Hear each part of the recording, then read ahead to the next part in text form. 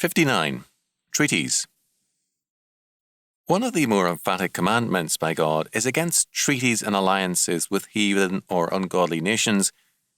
These laws appear in Exodus 23, 32 and 33, and 34, 12 to 16, and Deuteronomy 7, 1 to 4.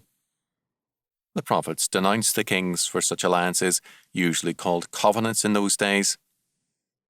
The reason for this strong condemnation by God of all such treaties is an obvious one. If a people are ungodly, then their conception of truth is very different from that of Scripture. Lenin said that words are to be used as a weapon of warfare. Language can thus be converted into a tool for deluding and conquering peoples. God requires us to recognize that a faith or a religion is a life-governing force. Each religion has its own particular goal and its own realm of meaning. Truth, for some religions, is ultimate nothingness. For us, it is Christ.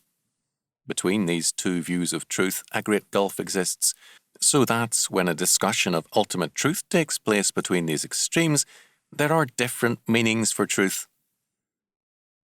From the Old Testament times to the present, we have a long history of disasters when nations have unequally yoked themselves with godless nations, and God has judged both the rulers and the peoples for such acts of apostasy.